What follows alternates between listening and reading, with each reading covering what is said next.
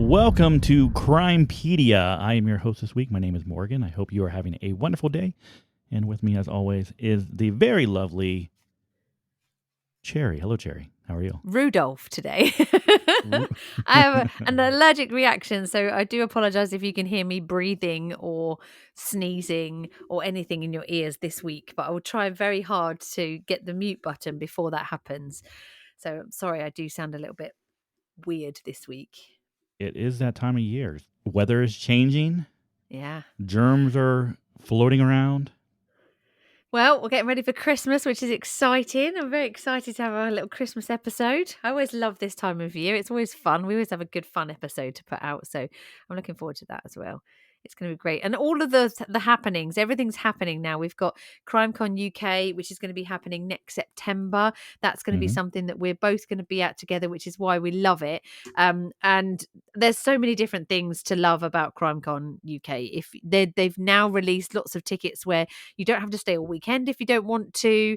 The True Crime partner is the same. You might have known them as CBS Reality before, but they're now called True Crime. And it's going to be in London on the 21st and 22nd of September 2024. You can use our code Crimepedia when you get to check out, and that will give you a discount off of your tickets as well. So definitely, if you can make it, or if you want to give a present to somebody who loves true crime and is very interested in true crime, then it's definitely the kind of present that you want to be giving. And we will be happy to say hi when you get there too.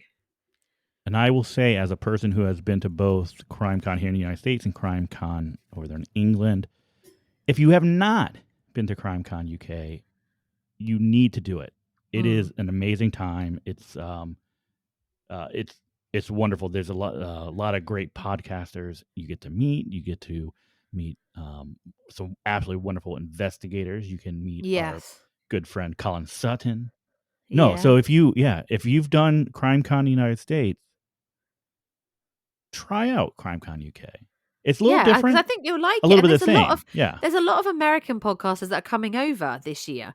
We've got some podcasters that you'll know. There'll be some that you've never heard of, but there's also some really good content creators, so people from YouTube, that have got their own channels on YouTube. That's brilliant. People from TikTok. There are some really good people doing really good things. The common goal with every single person that you'll speak to, and you'll get to speak to them, you will be in a lift next to Nazir Afzal, you will be in a lift next to Jeffrey Wansell and people like that. There will be people that you admire and that you know the names of and you watch on television and you watch on YouTube channels that you are standing right next to at the bar. It's not something where they hide all the speakers away. You do get to chat to them. So when you've got burning questions that you really want to ask somebody like Stephen Keogh, or you want to ask somebody like Colin Sutton, it's there. They're there. They're completely accessible. They are lovely people to talk to.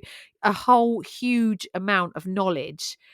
Some of the people that you will meet at CrimeCon are absolutely just experts in their field, and so it's very well worth it. It's very well worth coming over to see. There's other events outside of just CrimeCon. I mean, you're going to go and you want to go see your speakers and hear people talk. But one of the cool things they've done, at least the past 2 years, I don't know if they did the the first year since I was not there, but they always have the crime scene that you can go and you can do a little investigation. That's always a cool thing to do. Try it out for yourself. There are some fantastic things that you can be fully immersed in at CrimeCon, and you can test your skills against other people. It's not just all about meeting your favorite podcasters. There's a lot more to it than that. And we do get a lot of people that have lost loved ones in really awful situations that will come and will want to talk to you about it, or want you to cover cases, or they'll want to ask questions about cases to somebody who is qualified in that field. And it's absolutely brilliant. Really, really good. So yeah, next September, start saving now, book your tickets, get yourself your tickets paid off. You've got plenty of time, and we'll see you there. Yep. So before we hop into the case, we just need to give a quick thank you to our new patron, Sean. So thank you for joining us over on Patreon. Thank you, Sean. Thank you. If you want to join Sean, you can do so by going to patreon.com/crimepedia, and you can sign up for as little as $2 a month, I think. Yeah, and it's fun. It's something that we do. It's a little bit of fun. It's a great way for people to support the podcast, and we wholeheartedly thank you for the support that you do give us. We've got different tiers available, so there's lots of different things, lots of ways to get involved. We do some fun videos. You can see our very red noses. Well, my very red nose. And it's fun. So yeah, thank you for joining us on Patreon. We really appreciate it. All right, with that, how about we hop into this week's episode, which I guarantee you will be extremely frustrating and angering. Angering, okay. Is that a word? It is now. You're going to be very angry. Yeah. Angering. Yeah. So how about we hop right into it? For the initial 3 years of her life, Oakley Carlson was nurtured by caring foster parents before eventually being reunited with her biological parents. In February 2021, Oakley went missing from Oakville, Washington, a fact that unfortunately remained unreported for almost 10 months. Subsequent investigations into her disappearance uncovered a troubling situation in her biological parents' home, marked by child abuse, drug use, and a tragic turn of events leading to Oakley being a missing child. This is Crimepedia, and this is Oakley's story.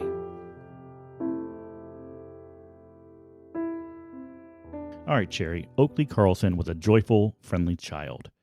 Her smile was constant, and her kindness knew no bounds. She had a talent for making people laugh and remembered exactly how to bring a smile to someone's face. She loved telling jokes, often punctuating them with Waka Waka, an imitation of Fozzie Bear from the Muppets. Aww. By the time she was 3 years old, Oakley showed remarkable intelligence. She spoke in nearly complete sentences, showed empathy, and was curious about things that puzzled her. A good example of her sensitivity was her reaction to the movie WALL-E. She recognized WALL-E's loneliness and felt sad about it, but was overjoyed when Eve appeared and WALL-E was no longer alone. That's pretty advanced for a 3-year-old. Oh, yeah. Yeah, that's pretty advanced for a 3-year-old. I completely get that. I remember being young and being super sensitive, stuff like that, like in movies. Yeah. Like I remember there's even comedy movies where it's supposed to be funny, but there's moments like that where you can just sense someone's upset or alone, just feeling heartbroken for them. Yeah. So I completely get that with, so Oakley was definitely a special child. Now, Oakley was born on December 6th, 2016, and was just 9 months old when she was placed with her foster parents, Eric and Jamie Jo Hiles, by the Washington State Department of Children, Youth, and Families. All right, so from here on out, I'm just going to go by DCYF for that. So that's Department of Child, Youth, and Families.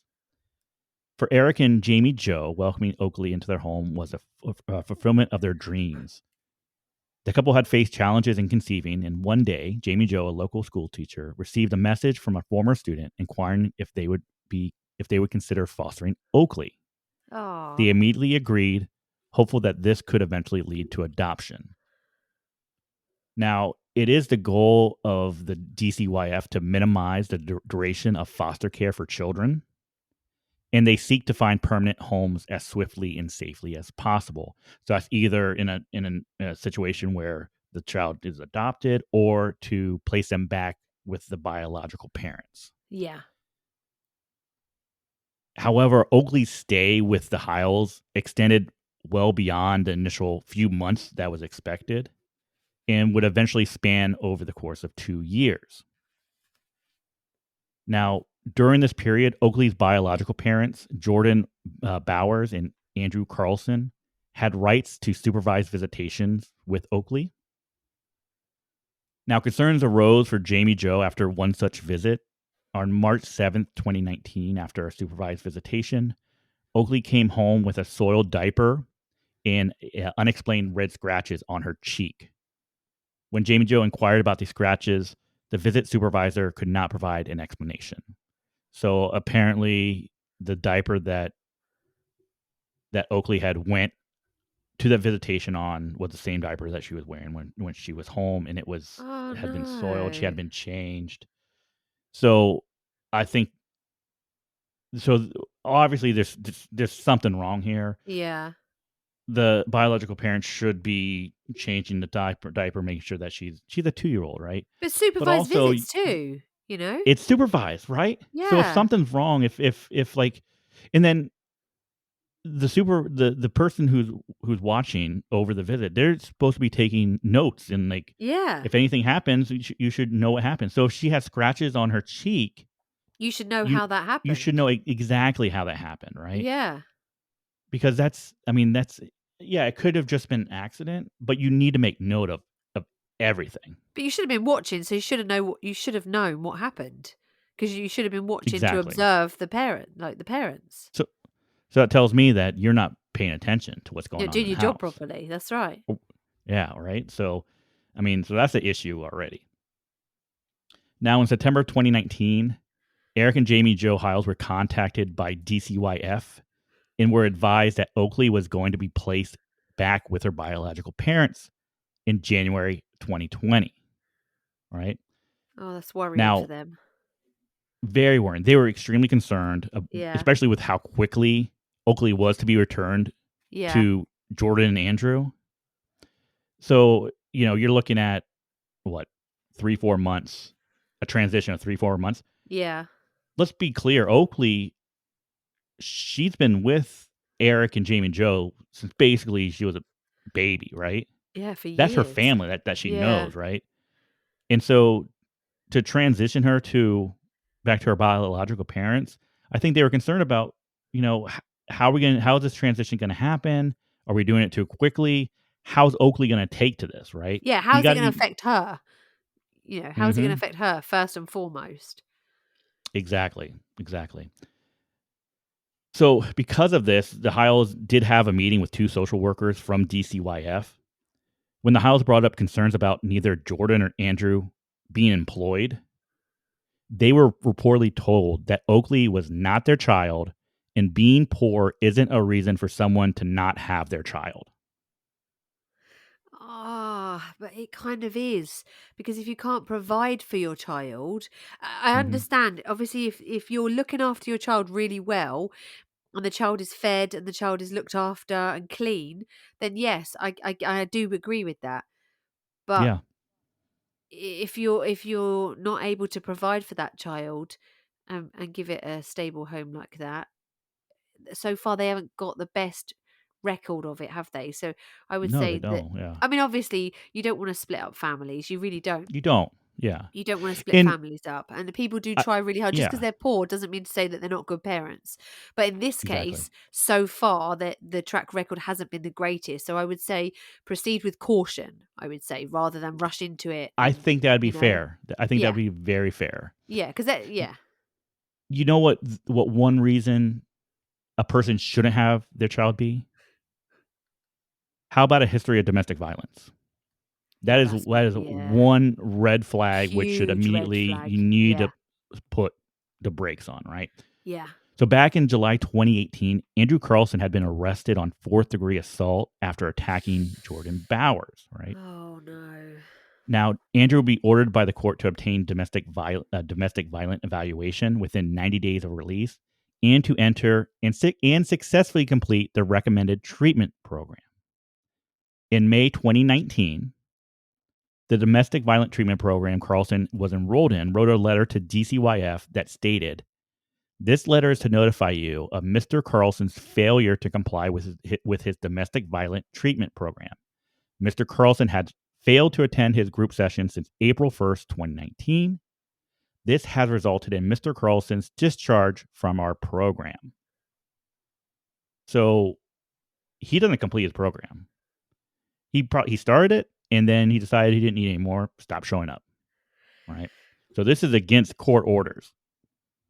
But If this I isn't was enough. yeah, no. If I was a family like a family liaison officer, if I was somebody like that, in child services, I would not be comfortable in releasing that child back into a family home like that, where you've got somebody who's got a history of recent domestic violence, but also hasn't done everything he can to make things right and to go through everything to Mhm. prove that he isn't gonna be doing that again, and that it was, if Right. that's what he says, like a one-off. Not that I'm excusing Mhm. that, I'm not excusing it at all, but what I'm saying is, people make mistakes and people are in certain situations and they react certain ways.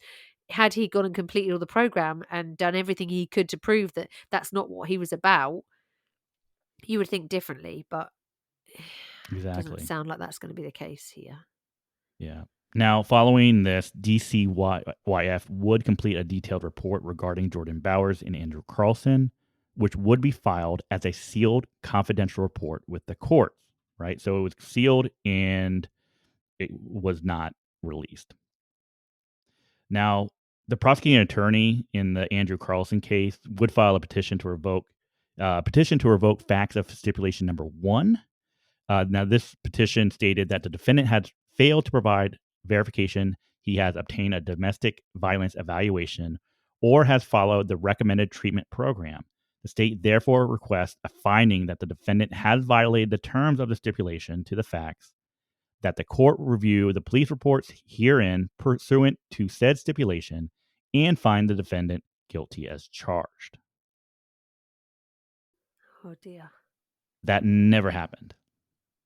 It So he didn't. was It didn't never happen. It did not happen. He was Oh not found guilty no. as charged, right? Now, on October 19th, 2019, Oakley would have her first unsupervised visit with Jordan and Andrew. Concerns over these unsupervised visits would quickly rise to the surface. After a visit on October 26th, this is just the second unsupervised visit that she had with Jordan and Andrew. Oakley would return to the Hiles stating that there was violence between Jordan and Andrew. Oakley stated that she saw Jordan hit Andrew over a video that Oakley was watching on one of their phones. So so not only is there violence between Andrew attacking Jordan, Jordan's attacking Andrew. They're doing this in front of Oakley. Oakley's not the only child. She also has a older sister. So this is occurring in front of multiple children now. This is huge red flags to me. Huge, huge red Huge. flags. I'm not liking where this case is going. You're not going to like this at all. Angela Fries, this is the social worker that was assigned to Oakley's case, was contacted by Jamie Joe over the incident. Now, Angela would simply respond that there were no concerns and that Oakley loved her mom and dad. There's no concerns. Right. I don't even work for them and I'm concerned. That's You should ridiculous. be. That's This, ridiculous. Any kind of violence in front of children is not acceptable. It's not acceptable. it gets worse, and it almost seems like DCYF almost doubles down on this, right? So they're like, oh, there's no problems. We don't have any concerns. Oakley loves her parents. She's going to be safe, right? On November 6th, Jamie Joe would once again email the social worker, Angela Fries, as well as supervisor Catherine Eddy, to state she heard that overnight visits were going to begin shortly and that she was concerned since the domestic violence incident between Bowers and Carlson had just happened. She also stated her concerns that things were moving too quickly, which they were. Angela Fries responded by letting Jamie Joe know that Oakley will be, in fact, reuniting with her biological parents even earlier than expected with a Oh new date of no. November 29th, 2019. So that same month, like 23 That's days later, she was really bad. going with her biological parents, right? That's bad. 3 days later, on November 9th, Oakley would have her first overnight visit with Jordan and Andrew. So it's almost like we're just going to speed this up. We're going to get them with the biological parents. I think that they're annoyed with the foster parents, the Hiles. That's what it sounds like to me. The Hiles must have been beside themselves because, you know, they have not it's they don't have the right to say no, you can't take her and you can't do that with her. And that's letting a child go knowing that there is there's violence and there's danger and the child is not going to be looked after properly, they must feel so powerless, and that's Mm-hmm. awful, because they would have I grown feel very, very attached to her, over 2 years. I know foster parents are great at what they do, but you must be attached to them. You must. 100%. Yeah, Yeah, you 100%. must. Like you feel like the Hiles at this point were Oakley's only advocate, right? I feel like the Yeah, social yeah, workers, they were being an advocate for the family reuniting, right? They sounds like yeah. they're more being an advocate towards the biological parents, but the person who needs the advocate more than anyone else in the situation is Oakley, Is and the Oakley, that's only right. Yeah, only two people that are being her advocate are the foster parents at yeah. this point. It's really sad.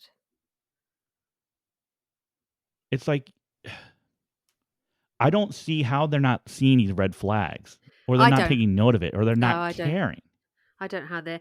I mean, they must care. It's their job. I mean, they must care. But how are they missing Yeah, this? How? How are they missing all of these things? I mean, I would straight away, as soon as there's any hint of violence in a family, you don't look at giving a kid back there. You don't. I don't understand. I just have this feeling that they're going by the book, right? The Yeah. SPO. This is how we handle these situations. Yeah. These are the steps. This is what we do, and you can't deviate from these plans, right? So we're Yeah. we're gonna put a plan together to have her reunited with her biological parents, which I would say in any normal situation, if the parents are doing what they need Fantastic. to do to prove that Yeah. that they are able to take care of a child, that they are going to be able to provide a safe, loving Safe. home, Yeah. I agree. do it. I agree. Absolutely do it.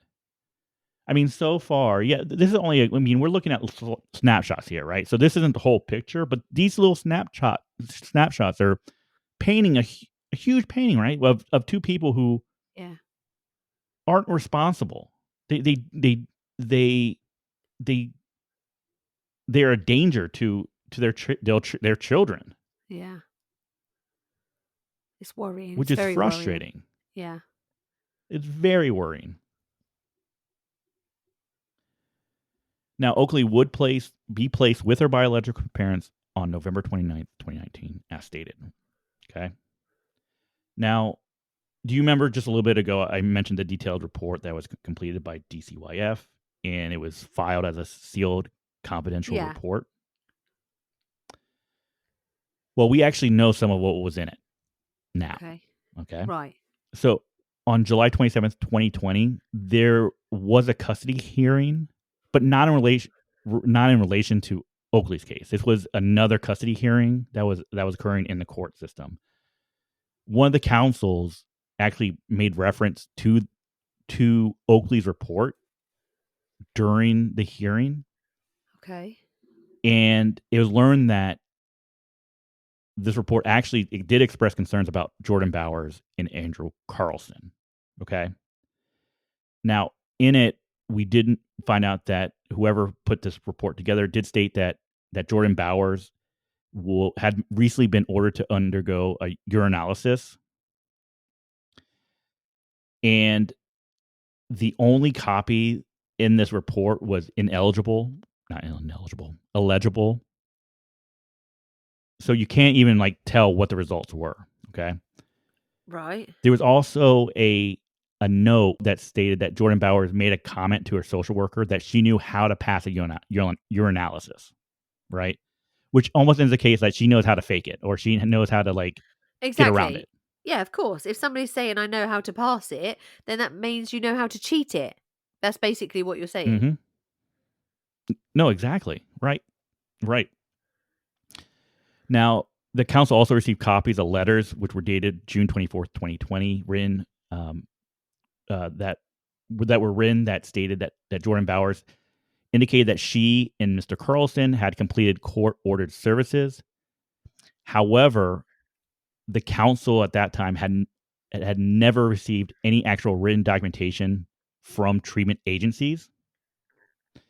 In addition, it was reported that Jordan Bowers was to receive 2 domestic violence assessments. The first assessment recommended 1 year of domestic violence treatment. After that, Jordan Bowers apparently obtained a second domestic violence assessment that concluded no services were necessary. This is really strange. However, it was determined that Jordan Bowers was not honest in her account of reporting domestic violence. And it's not known if she actually ever participated in any domestic violence counseling.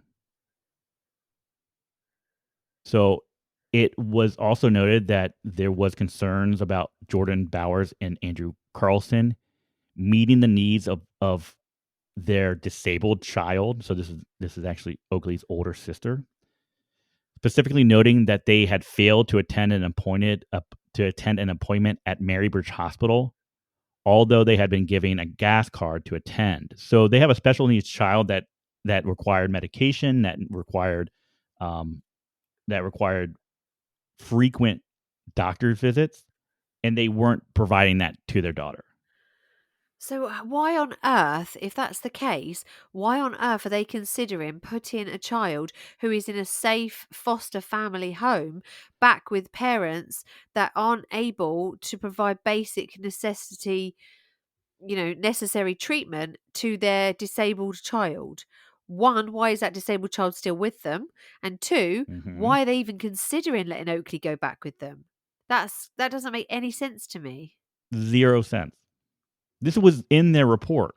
This is what they reported. Yeah. So But you're yet they're like, basically putting that child in danger. You are choosing to put that child in a situation where the parents can't cope. For whatever reason, they're not coping. mm-hmm, They're not providing adequate care for their children for whatever right. reason that they have. Mm-hmm. That I don't understand. That doesn't make sense. 0 cents at all. At all. It's not like uh, it's not like this wasn't known that That they were DCYF had no unaware. idea. That's right. It's not They like they were they obviously were unaware. aware of all of this. They've written the they've written the report themselves. Exactly. Exactly.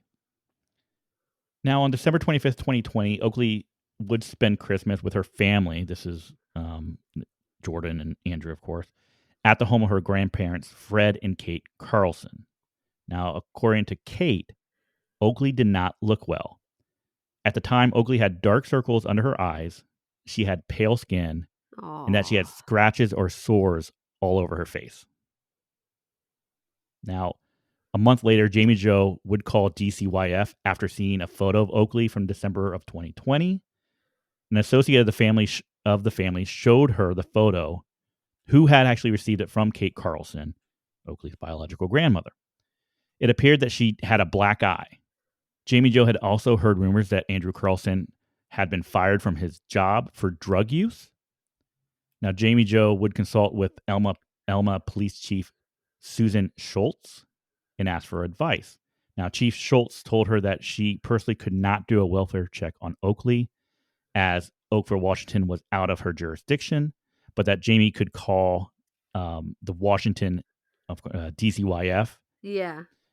and a sheriff from the county would go out to Oakley's residence. Now, Jamie would call DCYF and spoke to intake worker Morgan Airtis. Now, he spoke sternly to Jamie Jo and let her know that since she did not witness any incidents firsthand, he presumed that her information was inaccurate and told her she could get in trouble for making false reports. Jamie Jo told him she was a mandated reporter by profession and was very concerned for Oakley's safety. Why are So they as a not teacher, believing these she's people? required. Yeah, I why don't aren't they know. I have no believing idea. them? Well, I mean, I guess if you look at it, okay, well, this is coming from the foster family, so they're just trying to get her back, But and surely a foster family, they do it out of love. They do it to care for children. They're there. They provide a safe area. They provide a service. Parents. So if a foster parent comes to you and says, "I've got concerns," surely you should follow that up, because they're a foster family. They're taking in a mhm, child from a troubled home. it is. And the key That's word yeah, in that the whole thing was family. I mean, yeah, they might not be exactly. biological parents, That's right. They were her parents. They were her Yeah. foster parents, right? That was Oakley's family. So yeah, they're going to have concern for her. They're going to want to make sure that she is safe and that she's in a loving home. And Yeah. when there are concerns, she's going to bring them up. And regardless if this was a foster family, regardless if she witnessed it or not, she has every right to report it. Is he saying that, Yeah. hey, I saw a little girl walking down the street and, she was all bruised and looked like she had been smacked and she was blood. Are you not supposed to report that to anyone? Is that what he's saying? Yeah, Because because I you didn't didn't see see what it happened. happen. That's right. It just seems ridiculous. I It don't. it just seems like they're just rubbishing it off all the time. If somebody comes to you Mhm. with concerns, what's the harm in just going through their Check it out. concerns? Check it. Yeah, exactly. Rather be safe than sorry. Yeah. Just because you place her back with the family doesn't mean that your case with Oakley is closed. You Exactly. know, Yeah. especially. I mean, we're talking. It's been a year since she's been back with Jordan and Andrew, right? You, Yeah.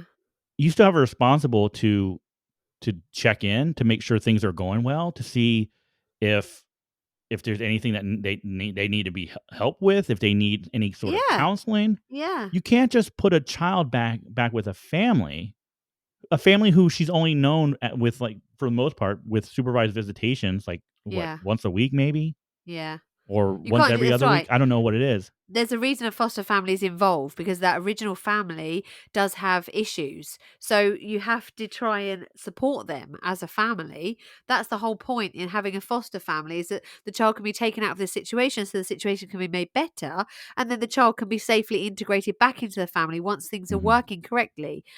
You don't just drop the kid off and then leave them. Go, yeah, off you go, onto your own devices. Especially when somebody comes to you Yeah, and says, I've got concerns. Hello? yeah. Like, honestly, like, if Jamie Joe was just Oakley's teacher, right? She is mandated to report that Yeah. Yeah. to Children Protective Services, right? Yeah. It's her requirement. So, are you going to tell me that if a teacher reports a concern to you, that you're going to blow it off as well? Yeah, that's just wrong. Like, are you blowing it off because Jamie Joe had been her foster mother? Is that why you're blowing it off? Yeah. It makes no sense, It doesn't. No, you're right. It doesn't make any sense. and it's frustrating, and it's But this kid is being harmed, this is before anything serious happens to this kid. This kid is hmm obviously not very well. The kid obviously isn't being taken care of correctly, and you need to do something about it before this kid is seriously harmed, before anything happens to this kid that's irreversible. right. This is the red flags coming up that are preempting. You're supposed to step in now and say, "Okay, I'll go and check it, and we'll see what we can do." If everything's fine and the hmm kid's fine, your worries were unfounded, everything's fine. Okay, great. So then the foster mum's going to go away thinking, okay, they've checked, everything's okay. Maybe I was just being too protective. But what Right. if not?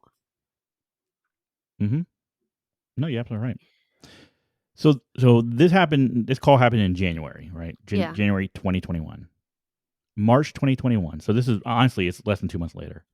DCYF would contact Jamie Joe and asked her if she had seen Oakley or her 6-year-old sister. Okay.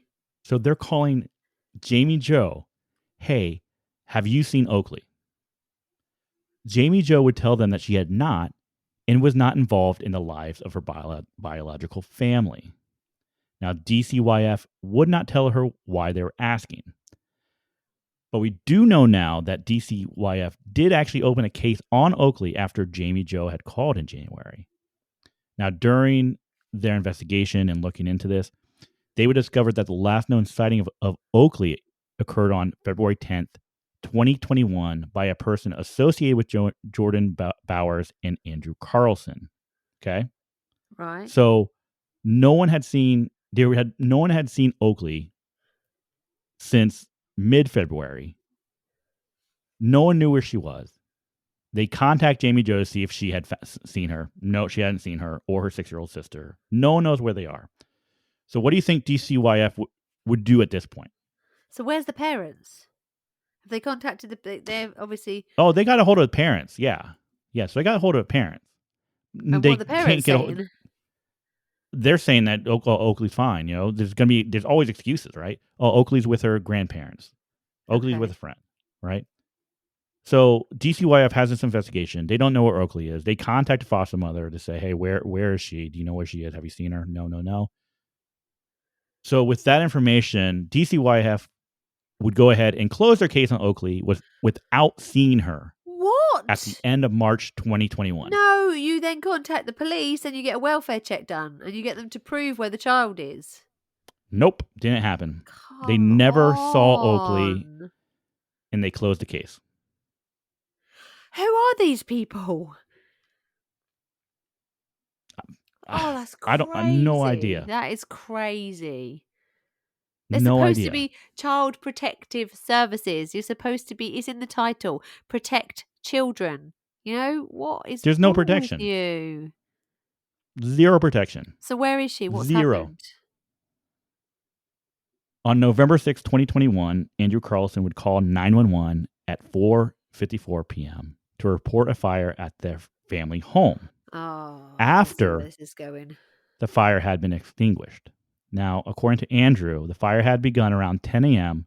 when Oakley was playing with a cigarette lighter 10 a.m. and he reported it at 4. Yes. He actually claimed that he spent 4 hours putting out the fire. Oh, come on.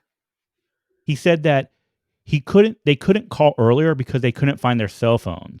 What, no neighbors could call? No apparently one could run not. next door to the neighbors and get them to call 911? Yeah, apparently not, right? So we're talking, he said, for what time to say is like 10 a.m. So we're talking 6 hours. 6-7 hours later, right? So for those hours he was fighting the fire. He was playing Andrew Carlson. What was Jordan fireman, doing? Right? Watching. No, she apparently. So Jordan was there. Jordan reported the same thing to the police. Like, oh yeah, we're trying to put the fire, right? Which you look at this fire and it's just like, come on, like there was a fire. There was a fire. There's pictures of the fire, but it's like there's a lot wrong with this, right? The other thing is, fire investigators, when they did go to the scene, after Andrew said, hey, don't worry about sending out the fire department, it's under control. I just wanted to report that there was a fire, but it's out now. Right. This sounds like don't send anyone. Alibi making to me. Exactly. He says, don't send anyone out. We're good. Well, they send someone out. So fire investigators would go out, and they actually determined that the fire had begun in the microwave and not the couch as claimed by Andrew. So Andrew's lying about how the fire's starting. Yeah. He's lying about, why they couldn't call the fire department. There's no way that they were fighting this fire for 4 hours. And no one noticed and no one else phoned 911. That's a lie. Mm-hmm. It's insane. Yeah. It is insane. Now, after learning about the fire, Jessica Swift, who was the principal of Oakville Elementary School, this is where Oakley's older sister went, promptly visited the family to deliver supplies. Now, during her 45-minute stay, Jessica would ask about Oakley and was informed that Oakley was in her room. She never saw her, by the way, never saw her. On a later visit to home, just a few days later, Jessica noticed that Oakley was once again nowhere to be found. Now, on December 4th, 2021, Oakley's 6-year-old sister would go to Jessica Swift's home for a play date and sleepover. When Swift asked about Oakley, her sister got upset and stated, Oakley is no more. When Swift asked about Oakley again, her sister said Oakley went to live with her foster parents that she had lived with before, right? So now you have a 6-year-old sister who is basically saying, well, Oakley is no more, or she's now back with her. She's not around anymore, Yeah, she's not around. Yeah. Exactly. Now, deputies later confirmed with Swift that Oakley was no longer in foster care and was not with the foster family. Now, based on this information, Jessica Swift would contact Grays Harbor County Sheriff's Office to report her concerns for Oakley's safety and requested a welfare check. Now, 2 days later, on December 6th, officers with the Tumwater Police Department initiated a welfare check for Oakley and interviewed Oakley's parents in their hotel room at the Extended Stay America in Tumwater, Washington. Now, during the interview, Andrew would tell police that Oakley was in the care of his parents, but when asked to provide contact information for his parents, he was unable to. Oh, come on. When authorities did reach out to Andrew's father, he told them that they had not seen or spoken to Oakley since Christmas 2020. Andrew did not seem surprised that Oakley was not with his parents. And then Jordan Bowers, lovely Jordan Bowers, refused to actually assist authorities in any of their questioning. Now, according to court documents, an examination of Jordan Bowers' cell phone, all data on her phone had been erased after a factory reset around 12 p.m. on December 6th. Now, this actually occurred shortly after the welfare check in an interview by Tumwater Police. So after the police came for the welfare check, talked to them, she deleted everything on her phone and did a factory reset. Not suspicious. At 3:31 p.m. on December 6th, an officer confirmed that Jordan Bowers and Andrew Carlson left their hotel with their 2-year-old son and returned to their home at 177 Bartell Road. There, Andrew Carlson would call the Thurston County non-emergency line to report Oakley as missing and to tell them that they had not seen her since November 30th, 2021. So this is a week. Take that 2-year-old kid away from them straight away. Immediately. You know when you watch those TV programs and they have to beep out the person because they're being, they're cursing so much. Literally, that is how I feel. I feel you're going to have to do to me, because to me this is completely foreseeable. You could have guessed that this is what was coming. As a normal person who isn't. I'm not qualified in child services. I know that they've got boxes to tick and they're good people. They're doing a good job. They're trying to do a good job, should I say.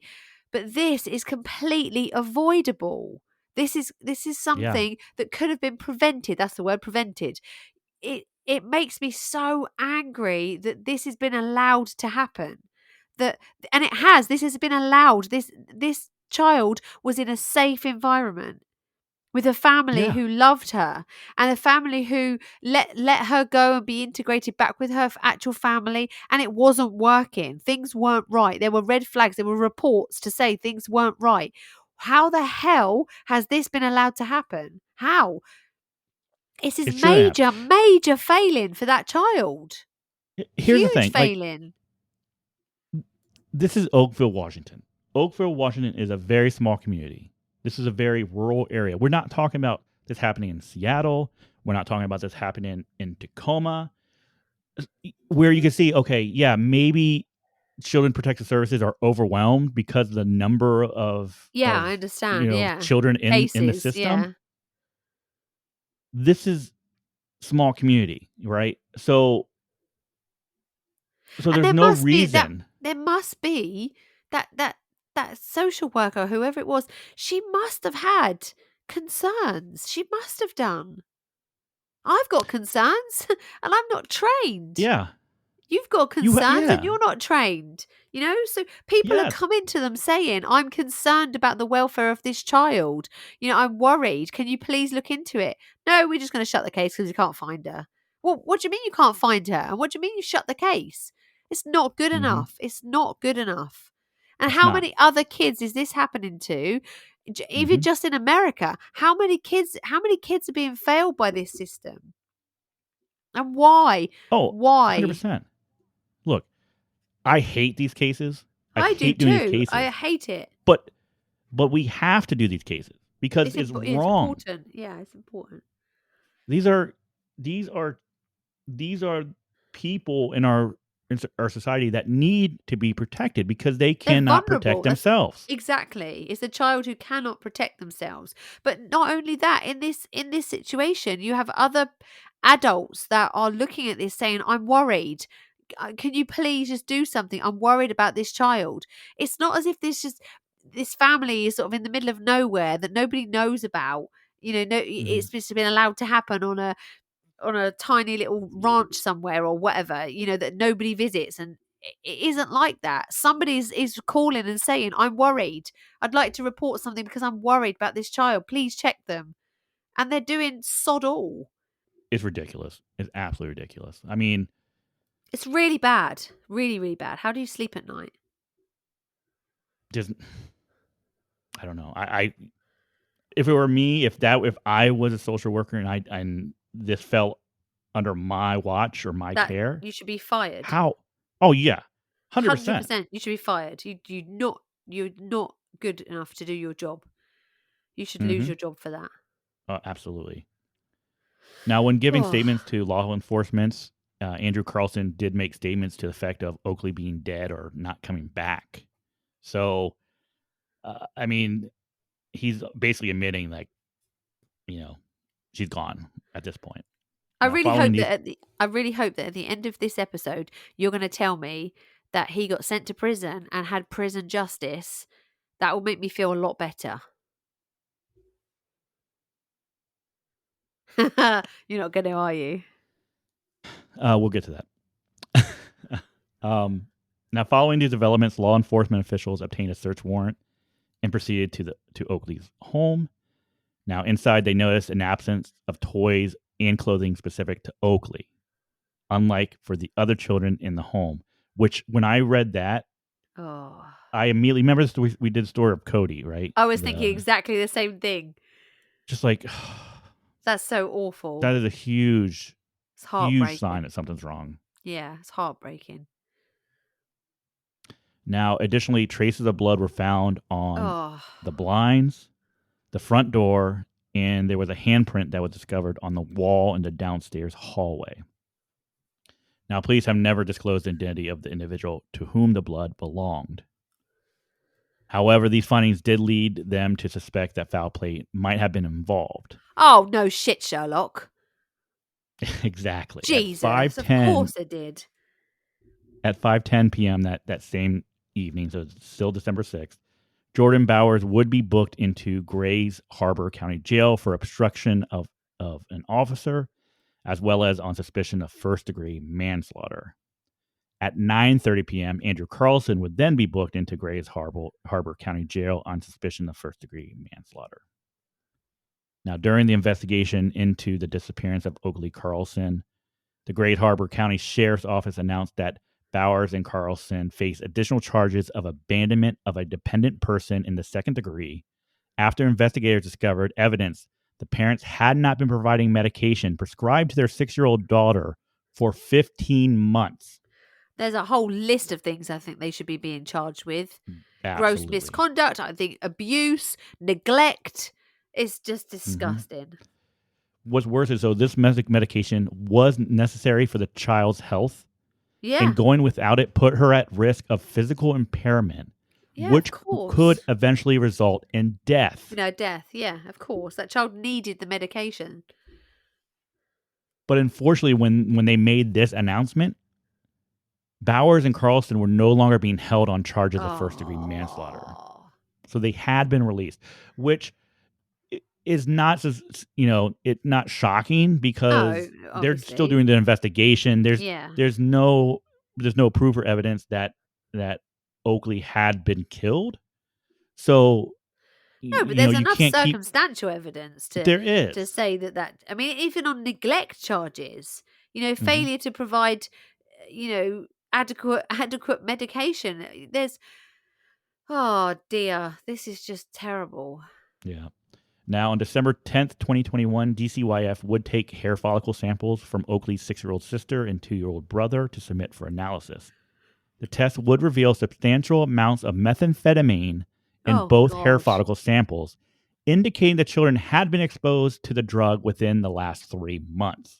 So, a 2-year-old child, a 6-year-old and a 2-year-old child had been exposed to methamphetamine.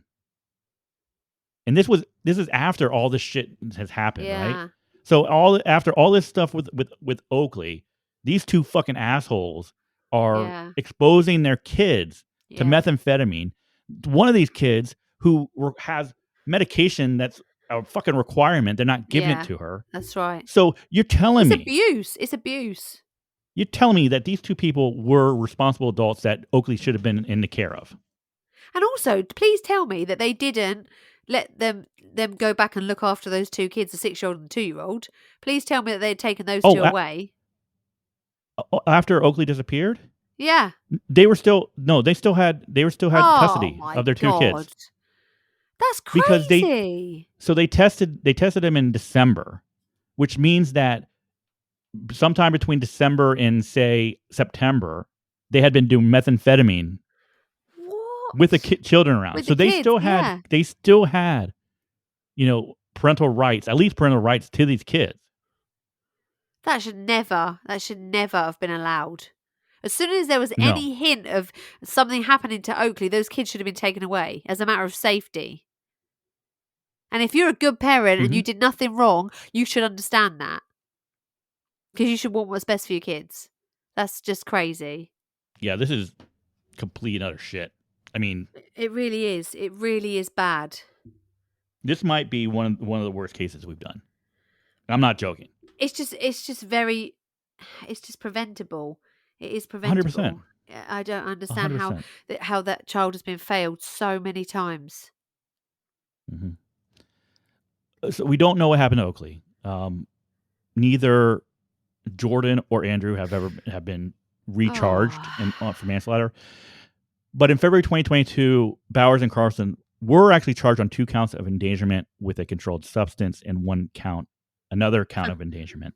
Now they would both plead not guilty on all charges, which is fucking insane, right? Oh, wow.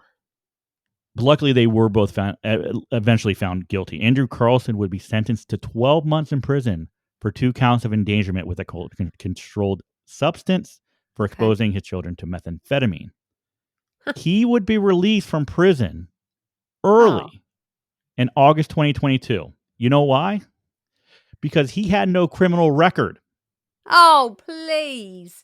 You remember that domestic violence charge that went away?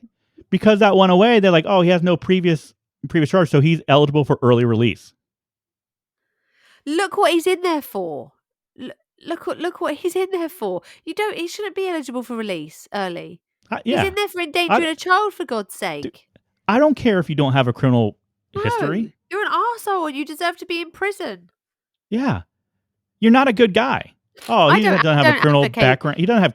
It's so stupid. I don't advocate violence very often, but in this situation, I advocate violence on a huge scale against that guy.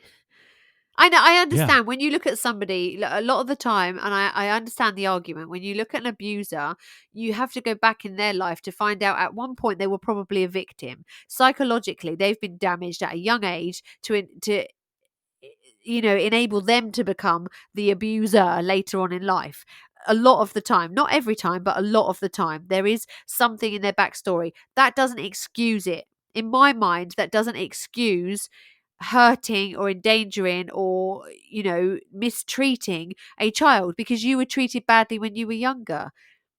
There were so many people that could have helped this situation, so many professionals that should have been involved as soon at the very beginning of this, and they were involved and they didn't see it. How can you not see this? No. I don't understand how this has been missed. Yeah, I don't know. It's insane. So for Jordan Bowers, she would end up pleading guilty to endangerment with a controlled substance and would be sentenced to 20 months on these charges. Okay. Now she would be released in January 2023, but listen to this shit. Okay. After being released, just minutes later, she would be rearrested on identity theft and fraud charges. So she went right back to jail. And then in August 2023, so just a few months ago, she would be sentenced to 43 months in prison on those identity theft and fraud charges. Well, to be honest, I'm glad. I'm glad that they got her. I don't care. Get her on whatever you can and just keep putting her ass back in jail. because she Mm-hmm. should not be walking the streets free, because if she's let out free again, she's perfectly able to get pregnant again and have more children again. There's going to be nothing against. I just don't get why they didn't take those kids away earlier. Why? This should be, I don't know. as soon as this woman has another child, Child Protective Services take that child, because she clearly isn't fit to be a mother. She clearly isn't, whether that's because of trauma that she suffered, whatever reason, she isn't in a position to provide a safe environment for that child. And she Right. shouldn't be allowed. I think they are both evil people. Are they both free now? Yeah, no, she's not. She's obviously still She in is prison. not. But he's free. He is. Okay, so at the time that she was sentenced to 43 months, some more information came out. And this came out from both of Oakley's siblings that claimed that their mother had kept Oakley in basically a cell under the Oh, stairs and physically Jesus. abused her. Okay, so this was told to the police by her 6-year-old older sister as well as an older half sibling. Right, so two siblings Yeah. told police this. They stated that none of the children were safe with their mom, that she was a danger to them. Yeah. Right, obviously. And Jordan Bowers had told the kids to not talk about Oakley, and that she had gone out into the woods and had been eaten by wolves. Oh, honestly, Morgan, this story is just so infuriating. I'm so It is. angry. And I can imagine that anybody else listening to this is probably swearing at whatever medium they listen to this on, because this is just, I don't even have any words. I'm going to give you one more thing that will frustrate you, and Oh, great. I'm Like I need any I'm more. going I'm and this is going to be I don't think I've done this before. I don't think I've ever done like a real call to action, maybe once. But I think this is a very important call to action, and it's going out to anyone in the state of Washington that's listening to this, okay? Last January, so January 2023, House Bill 319, which was the Oakley Carlson Act, was put forward and referred to the Human Services Youth and Early Learning Committee. Okay. Right. Now, if passed, this bill would protect foster children by creating a 5-point system of support to check in on children in the process of being returned to their biological families. Where do we sign? It would also mandate drug testing for families who are reunified with their children. Okay, Yeah. so a wonderful bill. Very. I think Yeah. I think it's important. I think there needs to be checks. I think we need to Yeah. make sure that This doesn't children happen who are again. being reunited with their biological families, that they are being put into the best situation, that Yes. the families can take care of them, they can provide Yeah. for them, they can give them a safe, loving environment. Okay, 100% agree so with you. wonderful bill. Well, guess what? That bill died in committee. It was never even brought forth Oh, come to. on. How It do was we never change brought that? forth. What can we do You about that? Is there something that we could if do? Look, if you are in the state of Washington, even if you're not in the state of Washington, you need this needs to be across the country. We need to reach out to our state representatives. Right? Yes. We need to let them know that, especially in Washington, where this has already been brought forth, it went to committee, it died in committee. You need to talk to your state representatives. You need to tell them how important this bill is to our children, that this is something that needs to get passed. It needs to be put into law. Remind me what We the bill, need to protect our remind kids. us. What's the bill called again? House Bill 397. It's the Oakley Carlson Act. Right. Right? So if you're listening to this, no matter where you are in the USA, go to your state, email your state representative, do it. Email them right now, email them and tell them about this bill and tell them how important that this needs to be It needs to be put into action. We can't let any more kids be failed. It's an email. That's all it is. It's just an email. It's going to take 2 minutes of your time. Just do it. We will even draft up the letter for you and put it on our socials so you can just copy and paste it. Just please, if you can do it, do it. Because there are little children across the whole of the USA that are going to be in this situation. And there's something that we as human beings can do about that. This happens more than you know.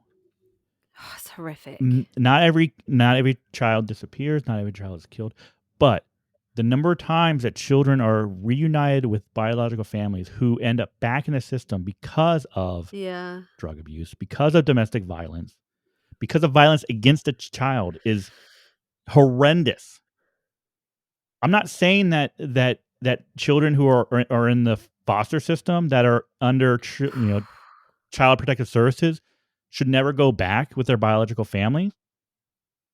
But what I'm saying is we need to make sure that when they do, it is in the benefit of the child. Yes. What is best for the child? In this case with Oakley was taken from her family and given to her biological family. Yeah. Her family was Eric and Jamie Joe. Yeah. They had taken care of her since she was a baby. She grew into a toddler with them. She was safe. She was in a loving house. There were warning signs, red flags from the very beginning that Jordan and Andrew were dangerous parents. Yeah. And you let 3 other kids, stay with them after all of this? You put them in a situation where they are, being exposed to methamphetamine? If Oakley was being abused, why the hell wouldn't you think that the other ones weren't being abused? It's wrong. It is wrong. It's horrific. It's terrible. But there's something that we can do about this, We can do something about this. Something needs to be done about this. As a parent, you don't even have to you don't even have to be a parent to realize how wrong this is. As a human, this story should never have happened. I shouldn't be talking to you about this. No. At all. I hate this. This is horrible. This is really horrible. I told you I hate these cases, but we have to do them. Yeah. Because somebody if we don't talk about, nothing's going to happen. Exactly. Somebody needs to speak up for these kids. Somebody needs to be a voice for them. That's just crazy. Bless her heart. Poor little girl. Yeah, so we need, And where is she? Where is she now? Where is she? She's not resting somewhere peacefully, is she? Bless her heart. It's horrific. It's just... When I say her family needs closure, we need to find this little girl. I'm not talking about Jordan and Andrew. I'm talking about the Heil. They need closure. They need their little girl. I don't care who their biological parents are. Eric and Jamie Joe. They were Oakley's parents. Yeah. Oakley was their little girl. And the system failed them. And the system failed Oakley. How many times do we have to let the system fail before we change something? One time. One time. The system failed only once. It's way too many. Yeah. There's no excuse. No excuse at all. Zero excuse. I hope that everyone that's responsible for putting Oakley back with Jordan and Andrew, I hope that they have either been moved to another department.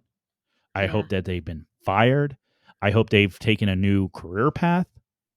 I just don't want them doing what they did. Or you know what? Not what they did. What they didn't do. Because of what they didn't do. Yeah. They let a child get abused, and ultimately the blood is partially on their hands. Yeah.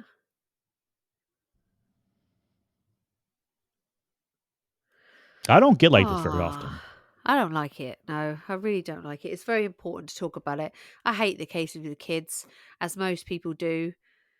I tend not to listen to cases with kids because it's really hard, but you have to, and you have to talk about it because it's very important. But We can't bury it's our just heads. horrible, isn't it? We It's just can't heartbreaking. bury our heads. No, it's just If heartbreaking. we how good? I mean, what good is it if we ignore it and we don't talk about these things? You need to talk about the hard things because that's how things get changed, and that's where change starts.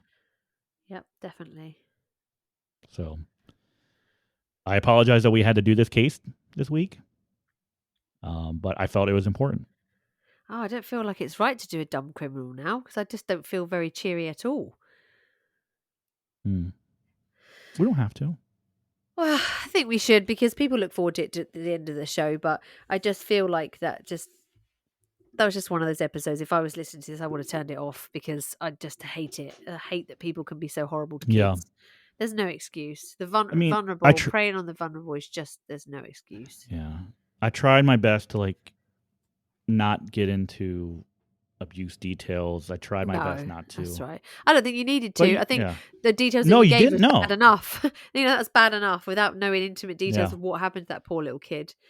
The details that I did give, I mean, I think it points to picture of an irresponsible dad and a violent mother. I think at the end of the day, what we're going to learn is we have a mother who was abusive to her children and a father who sat by and let it happen.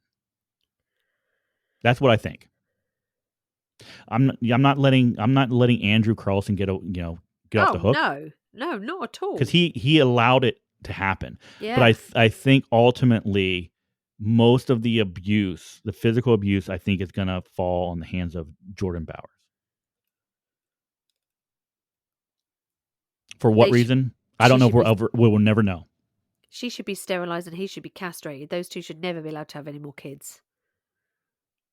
I don't understand how they can take one child away, but they have two others. Keep the others. I know. How? It's crazy. How? It makes no sense. It's shocking. Yeah. So that was unfortunately our case this week. Well, I'm not going to say thank you for it because I don't like it. So what we're going to do now is try and cheer things up. To be fair, talking about anything is going to cheer things up more than that case. So let's do something we like to call a dumb criminal. Hey, dummy, you's a piece of shit. I was going to say that sounded like you then. Okay, so this is the story of a poor local thief who wasn't the brightest button, let's say. Now, a guy called Wellington Silva Oliveira robbed a cook, like a chef, taking his wallet and his watch. Oh. Now, he was very upset after this because he found out that the watch wasn't quite what he wanted. So he kept the money from the wallet, but returned the watch. Claiming to the chef. Yeah, claiming that the watch was fake. And he wasn't very happy that the watch he stole was fake. So his victim went and reported the mugging to the police. This guy decides to stop at a local football, like the soccer football field, where he was still playing when the police arrived and arrested him. What? Wait. First off, he couldn't just bin the watch, right? Yeah. He had to return it. Yeah, he returned it back. He was so insulted. Yes. That he robbed and got a fake watch, a fake Rolex, whatever it was. Yeah. That he's like, he had to make a point of saying, hey, you piece of shit. Yeah. How dare you have a fake watch? How dare you? How dare you let me rob you of this fake Rolex? Yeah. And then he's so non-concerned. He's like, I'm going to play a little footy. Yeah, basically. In a football field, literally just by where I've just robbed you. So he probably watched him. Like, there he goes. Yeah. Oh, he's playing some football. Yeah. And so then he decides to phone the police and he's still playing football when the police arrive. Now the question is, did the police let him finish? Or was he did he get a red card? I'm not sure. That wasn't in the description, but yeah, unfortunately, how dare he? How dare Could you imagine police walking out there and presenting a red card to him and like taking him down. Off. Yeah. You're all. Oh, crazy. That is crazy. I mean, yeah, it really is. I mean, to begin with, the returning of the fake watch. Which do we even know if it was fake? That'd be awesome if it wasn't fake. If it was like a real like Rolex or something. Yeah. That'd be amazing. And then like to just have like no concern, just like yeah, I'm just gonna walk over here to this park. Just robbed you, but I'm just gonna go play football in the park. I mean, how stupid are you gonna be? He was like, hey, after he gives the watch back, he's like, hey man, can you play goalie? Yeah, goalie on the team. Fancy a game. So yeah, that is this week's Dumb Criminal. Thank you for sending in the Dumb Criminals. If you would like to submit one to us, please do, because we've done that many now. I read through them and think, have I done that one? Have I done that one? So please do send your Dumb Criminals through. You can email them to us. You can send them over on Instagram, probably the best bet. Just little disclaimer, if you are sending us stuff on Facebook, we don't tend to see Facebook very often.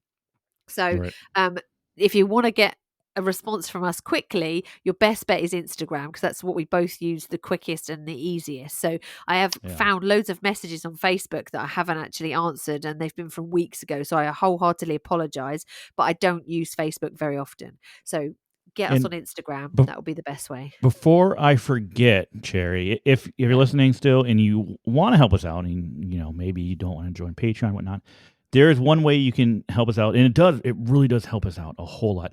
Hop on and give us a 5-star review. So leave us a 5-star review. Leave your comments. We love reading those. We haven't got a new one in a while. So so hop on, leave us a review. Let us know how great we are or how bad we are, whatever you want to say.